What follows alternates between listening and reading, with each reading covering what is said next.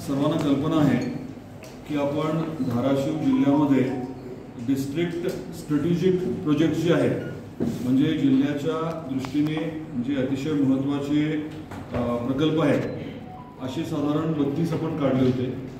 त्यात आता 2 अजून वाढवले, साधारण 34 मोठे प्रकल्प हे आपण आवर्जून हाती घेतले।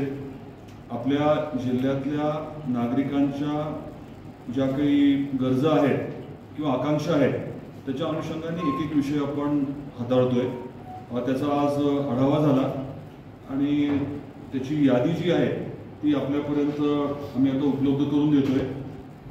आपले जे अतिरिक्त जिल्हाधिकारी आहेत, ॲडिशनल कलेक्टर आणि वेगवेगळ्या डेप्युटी कलेक्टरना वेगवेगळे प्रकल्प जे आहेत त्याचं संनियंत्रण अधिकारी म्हणून नेमण्यात आलेला आहे आणि त्या प्रकल्पाचे मायबाप म्हणून त्यांनी या प्रक्रियेमध्ये दैनंदिन पुढं का असेना लक्ष देऊन तो प्रकल्प मार्गी लावण्यासाठी प्रयत्न करणं अपेक्षित आहे। याच्यामध्ये प्रत्येक प्रकल्पाला काही नागरिक ज्यांना त्या प्रकल्पात इंटरेस्ट आहे अशा नागरिकांनी देखील सहभागी व्हावं ही विनंती आहे।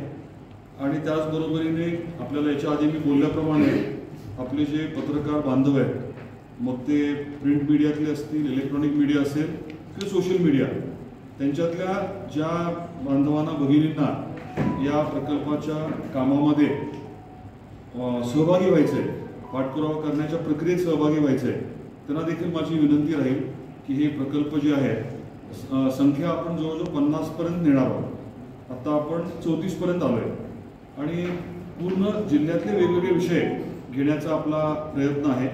याच्यामध्ये चांगल्या काही प्रकल्पांचं ॲडिशन करण्याच्या बाबतीत देखील आपल्या माध्यमातून नागरिकांना माझी विनंती राहणार आहे की ज्या साईजचे हे प्रकल्प आहेत त्या साईजचं, त्या महत्त्वाचं इतर काही प्रकल्प त्यांना सुचले, त्यांना योग्य वाटले, त्यांनी देशात विदेशात एखादा विषय बघितला असेल आणि तो आपल्यासाठी जर संयुक्तिक वाटत असेल तर त्या बाबतीत देखील त्यांनी आपल्याला सूचना कराव्या आणि योग्य सूचना ज्या आहेत त्याचा विचार करून मग या डिस्ट्रिक्ट स्ट्रॅटेजिक जे प्रोजेक्ट्स आहेत त्याच्यामध्ये तो प्रकल्प देखील घेण्याचा आपला प्रयत्न राहणार आहे। आज ही पत्रकार परिषद झाल्यानंतर आम्ही येडशीला जाणार आहोत। आपल्यापैकी काही बांधवांना यायचं असेल तर आपण येऊ शकता।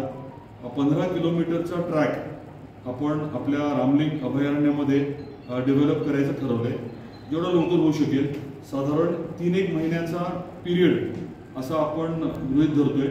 डिसेंबरपर्यंत ते काम व्हावं आणि काही जिप्सी किंवा तत्सम गाड्या ज्या आहेत त्या आपल्याला कदाचित रेंटवर घेता येतील आणि ट्रेनिंग व्यवस्थित देऊन जे ड्रायव्हर आणि गाईड आहेत त्यांना व्यवस्थित प्रशिक्षित करून मग ते आपल्या रामलिंग अभयारण्यामध्ये लोकांना सफारीवरती 15 किलोमीटरच्या सफारीवरती नेऊ शकतील। ही एक सुरुवातीची संकल्पना जी होती ती अंमलात आणण्याचं आपण ठरवलं आहे आणि तिथेच मग इतर काही विकास कामं करण्याच्या बाबतीतलंही नियोजन आणि त्याचा पहिला प्लॅन प्रेझेंटेशन जो आहे जे आहे ते आपल्याकडे उपलब्ध झालेलं आहे। त्याच धर्तीवरती अजून एक विषय आपण हाती घेतोय, तो म्हणजे तुळजापूरला प्राणी संग्रहालय करायचं आपण ठरवलं आहे।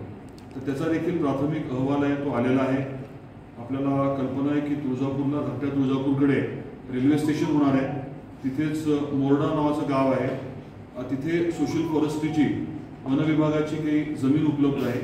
टेंटेटिव्हली तिथे हे प्राणी संग्रहालय करण्याचं आपलं नियोजन आहे। मोठं प्राणी संग्रहालय राहणार आहे आणि येडशीचं तर आपल्याला महत्त्व सगळ्यांना माहितीच आहे, ते तर अभयारण्यच आहे।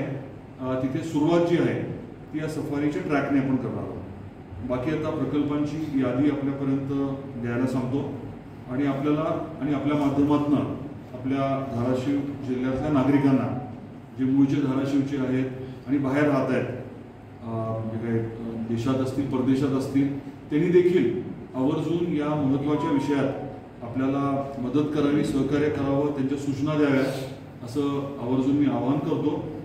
आणि याच्यातला एक महत्त्वाचा भाग हा आहे की महास्ट्राईड प्रोग्राम आपण मित्रच्या माध्यमातून पूर्ण राज्यात राबवतोय।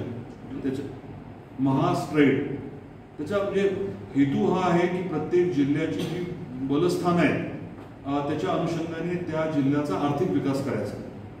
तर हे जे काही आपण प्रकल्प घेतोय ते साधारण त्या लाईन्सवरती आपण घेतोय आणि प्रत्येक प्रकल्पाला नीट पाठपुरावा केला तर जलद गतीने यश मिळेल आणि पूर्ण होण्यासाठी मदत होईल याचा मला पूर्ण विश्वास आहे. आपले काही प्रश्न असतील तर आपण कृपया विचारावे. ते यादी कोण आणतो काय दादा ते मुख्यमंत्र्यांनी जे आज प्रत्येक जिल्ह्यात 15 उद्योग सुरू करायचे सांगितले. काय म्हटलं? प्रत्येक जिल्ह्यात नवीन 15 औद्योगिक क्षेत्र नवीन 15 उद्योग सुरू करायचा असा एक निर्णय करायचा आहे.